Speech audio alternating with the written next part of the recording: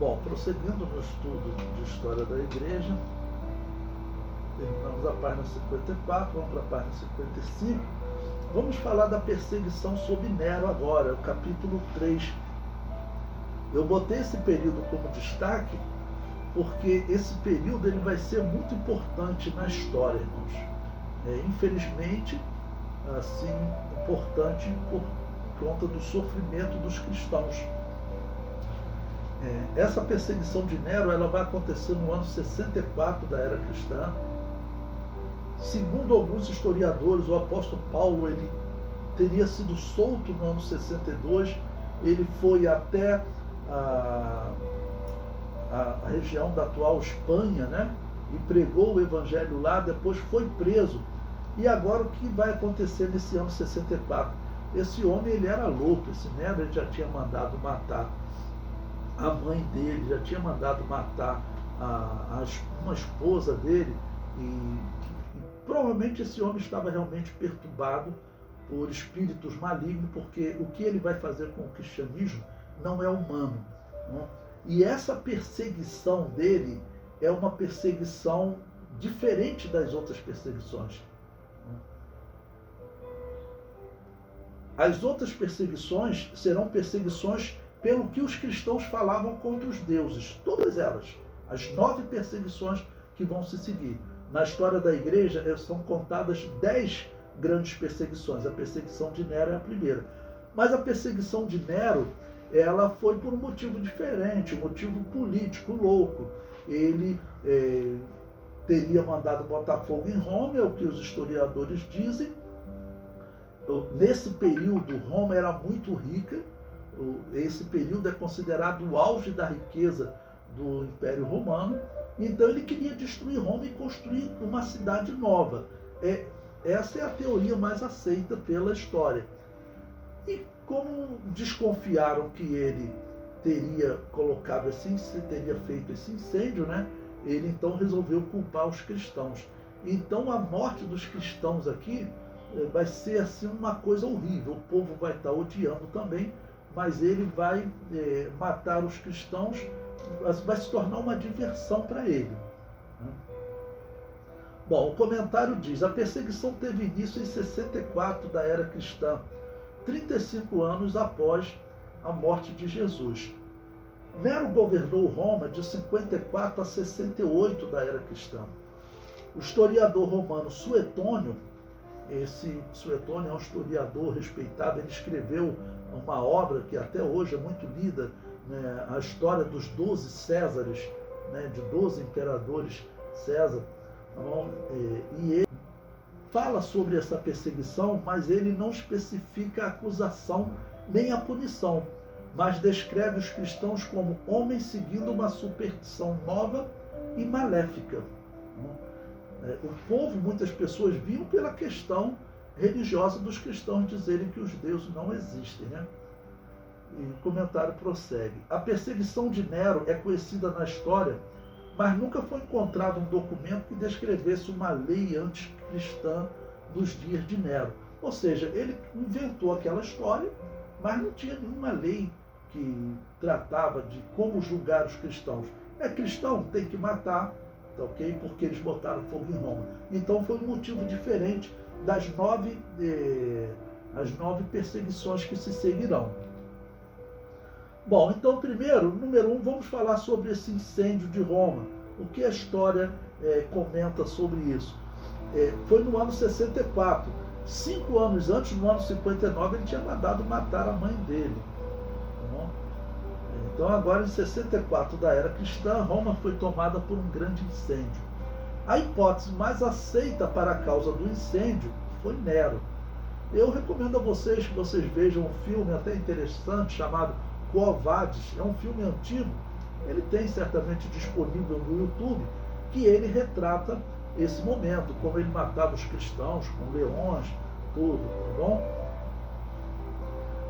Para se livrar da acusação, Nero acusou os cristãos.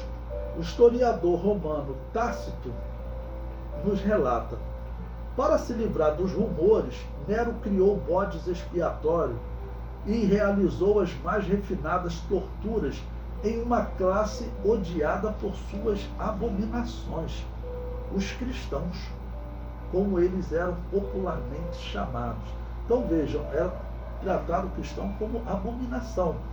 O provável é exatamente pelo cristão dizer que os deuses não existem, porque isso para eles era uma abominação, né?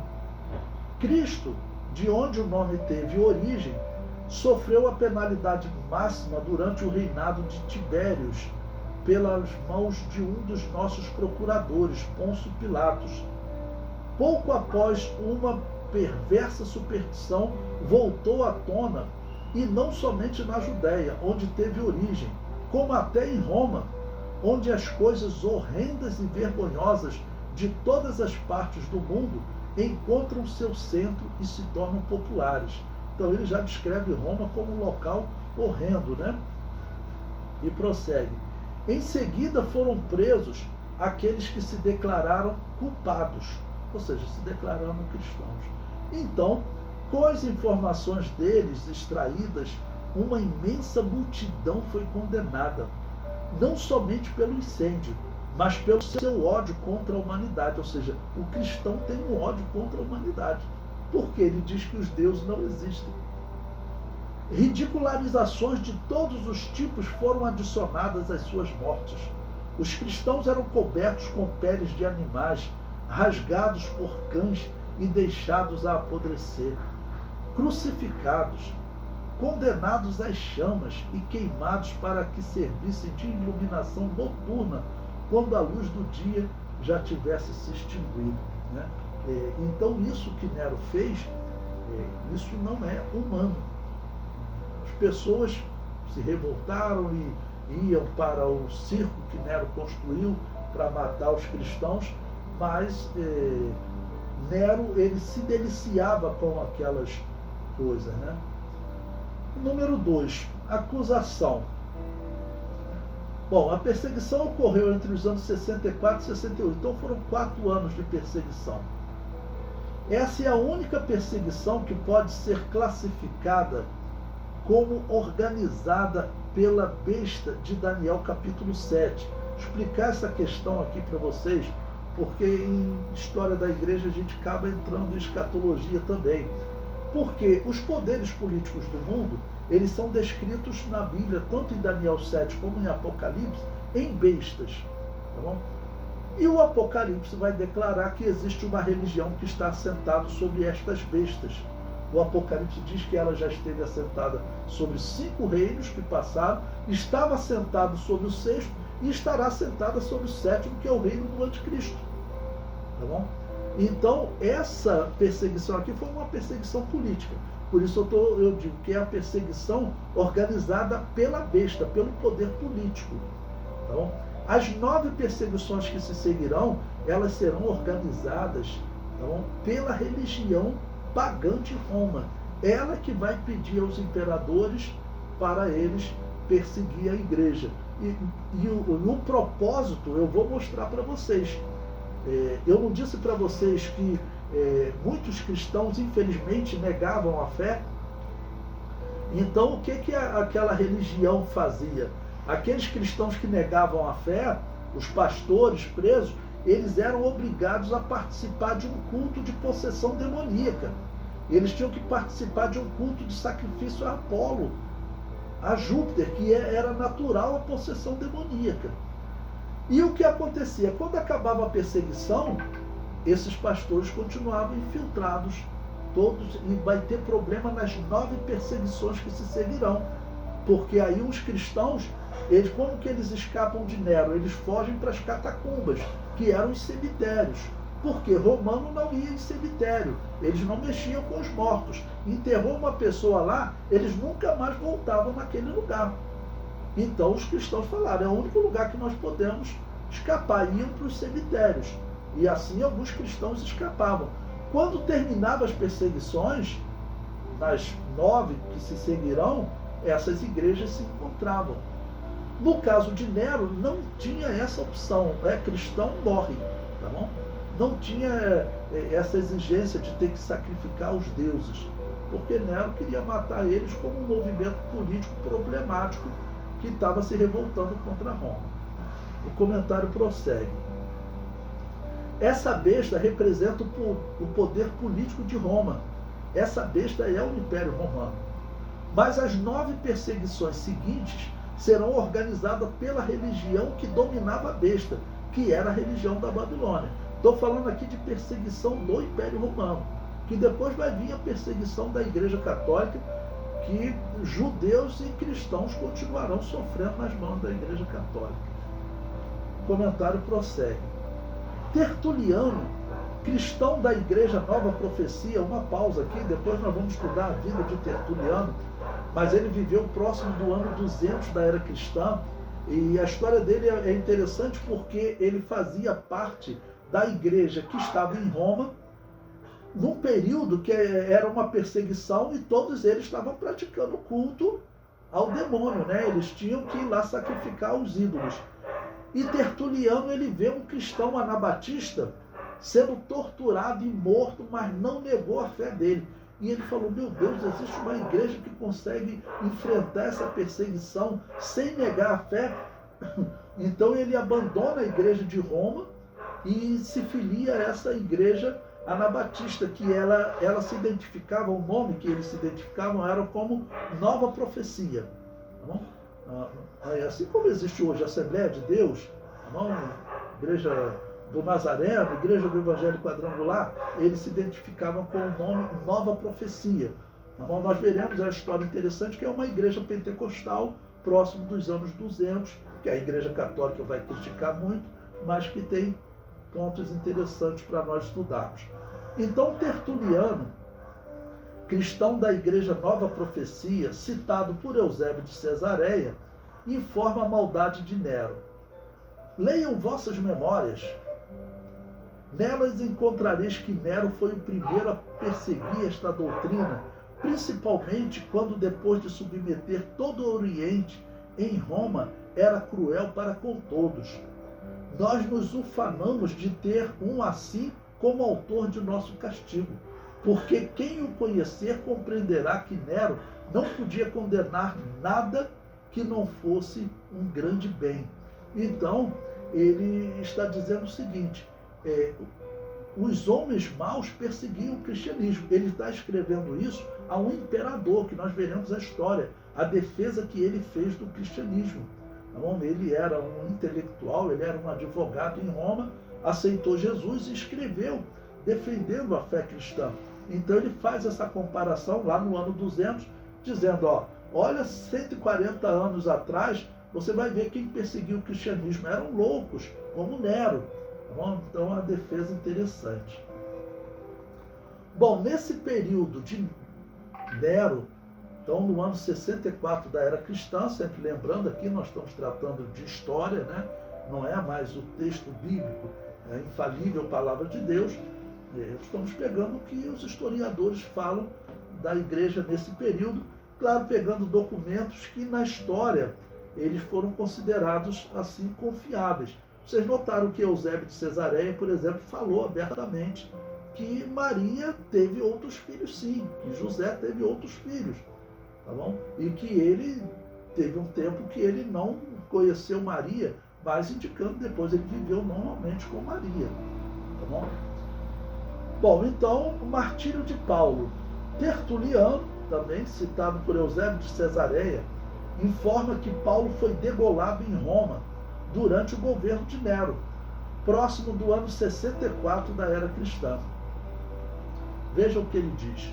Assim, pois, este proclamado primeiro inimigo de Deus entre todos os que o foram, levou sua exaltação ao ponto de fazer degolar os apóstolos. De fato, disse que sob seu império, Paulo foi decapitado na própria Roma e que Pedro foi crucificado. E disto da fé o título de Pedro e Paulo que predominou para os cemitérios daquele lugar até o presente. Todos os cristãos, que Nero colocava eles numa montanha específica. Eu vou comentar mais à frente com vocês.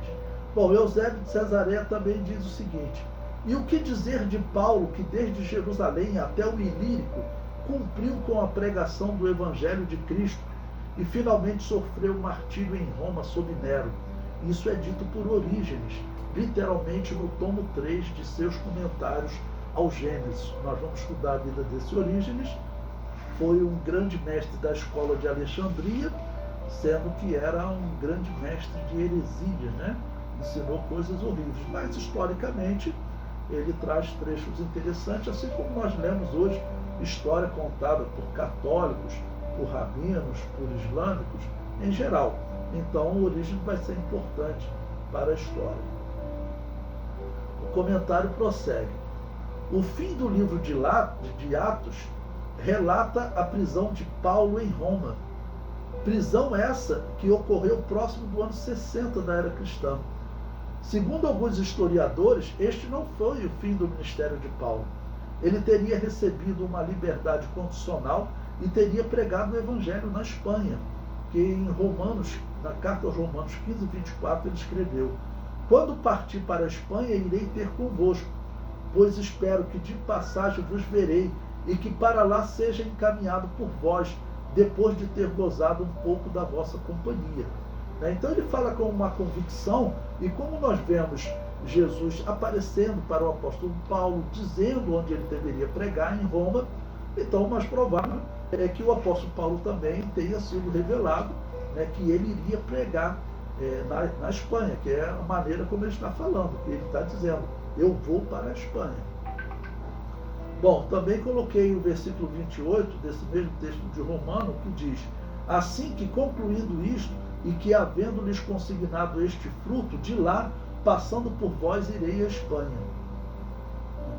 Bom, coloquei aí também o trecho de um historiador, né, Eusébio de Cesareia, que ele vai relatar esse momento da vida de Paulo, né? Ele diz: é por tradição que o apóstolo, depois de haver pronunciado sua defesa, partiu novamente para exercer o ministério da pregação, e que, tendo voltado pela segunda vez à mesma cidade, terminou sua vida com o martírio nos tempos do imperador Nero. Tá bom? Então, Eusébio de Cesareia, ele, apesar de ser católico, já praticar o culto aos mortos, como historiador, ele é respeitado, porque os historiadores encontram outras obras. Ele vai escrever lá próximo do ano 330 da era cristã. Então os historiadores vão encontrar outras obras do ano 250, do ano 200, 150, né, que retratam a mesma história. Então é considerado uma obra conceituada, até porque foi escrito para o imperador Constantino, né, que queria uma história, né, dessa agora religião que ele dizia seguir, né? Okay? O comentário prossegue.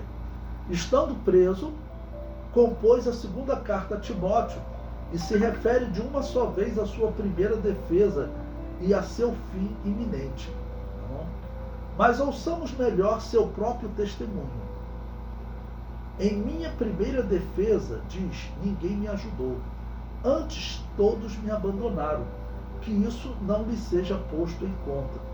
Mas o Senhor me ajudou e me infundiu forças para que por minha pregação fosse plenamente cumprida, e todas as nações a ouvissem, e fui libertado da boca do leão. Bom, como se interpreta essas palavras do apóstolo Paulo? Ele escreveu, estando preso em um determinado período, só que ele então foi solto, então ele escreve: olha, escapei da boca do leão, Nero não me matou. Isso seria no ano 62. E aí, no ano 63, ele vai visitar a Espanha. Por quê? Ele falou aqui que ele queria, né, que todas as nações ouvissem a pregação. Ele diz: por mim, todas as nações ouvissem. E a última nação era exatamente a Espanha. Porque realmente existe informação que o Egito, a Pérsia, Mesopotâmia, foram cristãos pregar nessa região, Marcos, outros apóstolos, mas a Espanha, tá bom? O apóstolo Paulo tinha o desejo de pregar lá para aqueles, aquela nação que vivia o que para eles era o fim do mundo. O comentário prossegue.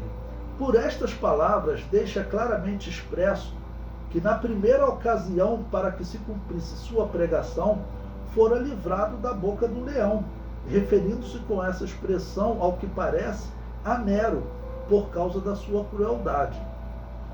Bom, se ele escapou, né, no ano 62, ainda não tinha começado a perseguição de Nero, ela começa no ano 64. Eusébio prossegue.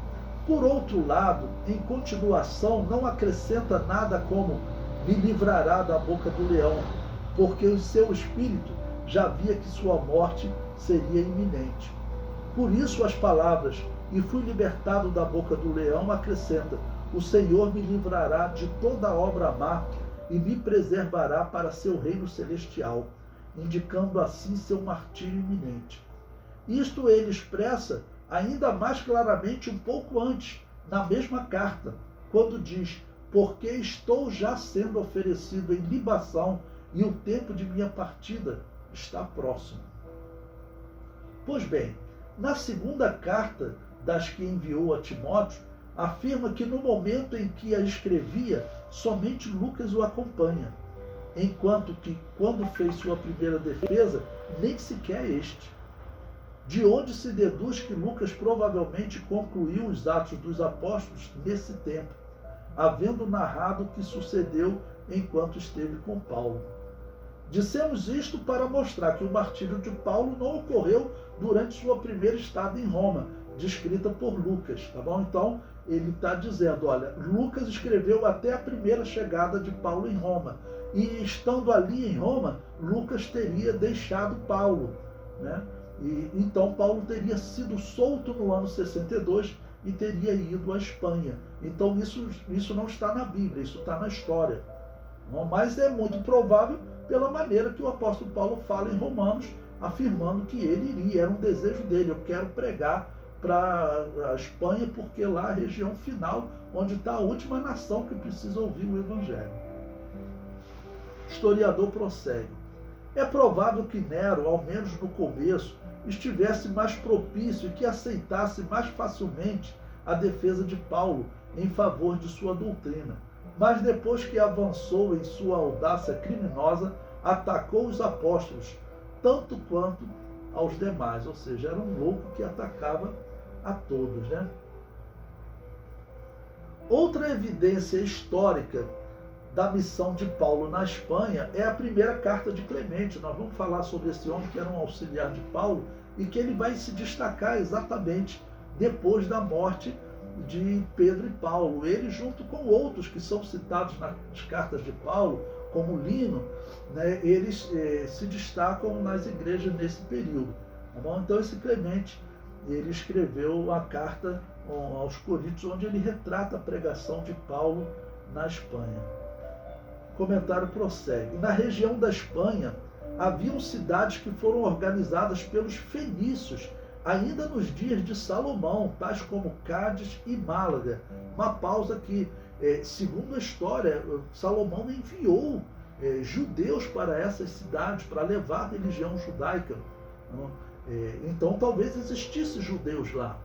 E essa tradição que existe hoje, principalmente dos judeus, se vocês quiserem anotar, chamados sefarditas, que são os judeus dessa região da Espanha, existe história entre eles que eles chegaram naquela região enviados por Salomão lá no ano 930, 950 a.C. Tá bom? O comentário prossegue. Na Espanha ficava a cidade de Tarsis, que Salomão, em suas negociações com os fenícios, teria enviado judeus. Em 1 Reis 10, 22 diz, porque o rei tinha no mar as naus de Tarsis, com as naus de Irão. Uma vez em 3 anos voltavam as naus de Tarsis e traziam ouro e prata e marfim e bugios e pavões. Então, essa Tarsis ficaria na Espanha. Seria também até a cidade, provavelmente, que Jonas estava fugindo. Pegar um navio para Tarsis era considerado o fim do mundo naquela época. Ou seja, Jonas queria se esconder mesmo. Apesar de haver mais de uma Tarsis mas a Tarso mais distante era exatamente essa na Espanha. A outra ficava no norte de Israel, não era um local distante para Jonas fugir. Né? O comentário prossegue. Certamente Paulo tinha conhecimento dessas comunidades judaicas e planejou anunciá-las que o Messias chegou. É interessante, é bonito, né, esse sentimento de Paulo, né? Pessoal, eu quero pregar para todas as nações que estão embaixo do céu. Por isso ele queria chegar lá no fim, na Espanha. O comentário prossegue. Se ocorreu, essa viagem deve ter ocorrido no ano 63, pois no ano 64 Paulo foi martirizado durante o governo de Nero. Bom, então, o que nós vimos até aqui, a igreja, né, sendo perseguida pelos judeus, tendo pequenos conflitos com o paganismo e sendo perseguida, nós veremos ainda mais a história de Nero, claro, ainda estamos vendo essa perseguição, vai até o ano 68, tá bom? Mas vamos dar uma pausa agora e continuamos na semana que vem.